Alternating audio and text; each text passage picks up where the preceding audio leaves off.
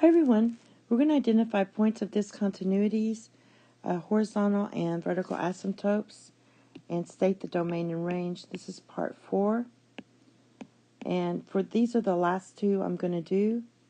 Both of these have no points of discontinuity.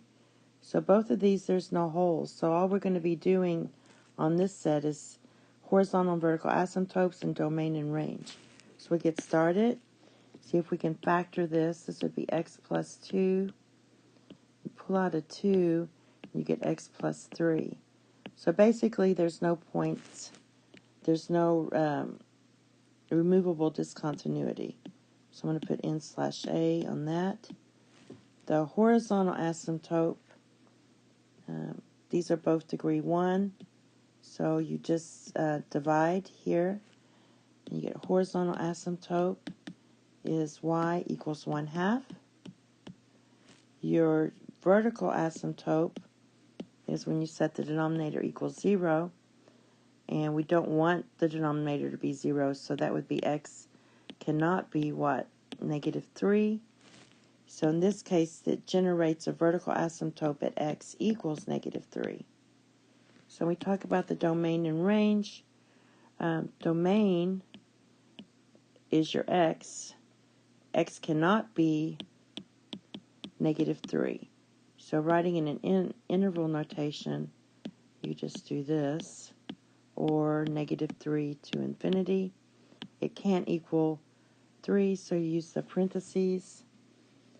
And for the range, since we have a horizontal asymptote, that means y cannot be 1/2 because there's a line there. So we do the same thing, -infinity to 1/2, and or 1/2 comma infinity. And the last one is this one. No, it's already factored. That's a nice one. Removable discontinuity, there are none. All right, and horizontal asymptote. This one, if you want, you could write this as x to the 0, and this is x to the 1. Remember, x to the 0 equals 1.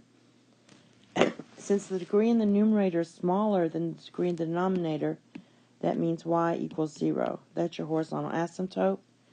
And your vertical asymptote, you look at your denominator, and it can't equal 0, so x equals 5.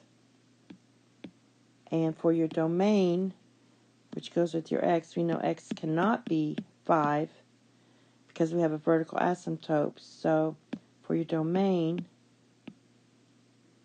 you can write -infinity, 5, or 5 to infinity. And for your range, we look at the y.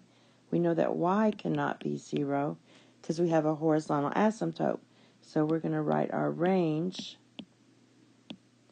in interval notation as -infinity, 0, or 0, infinity. And that's all. Thank you. Have a nice day. Bye-bye.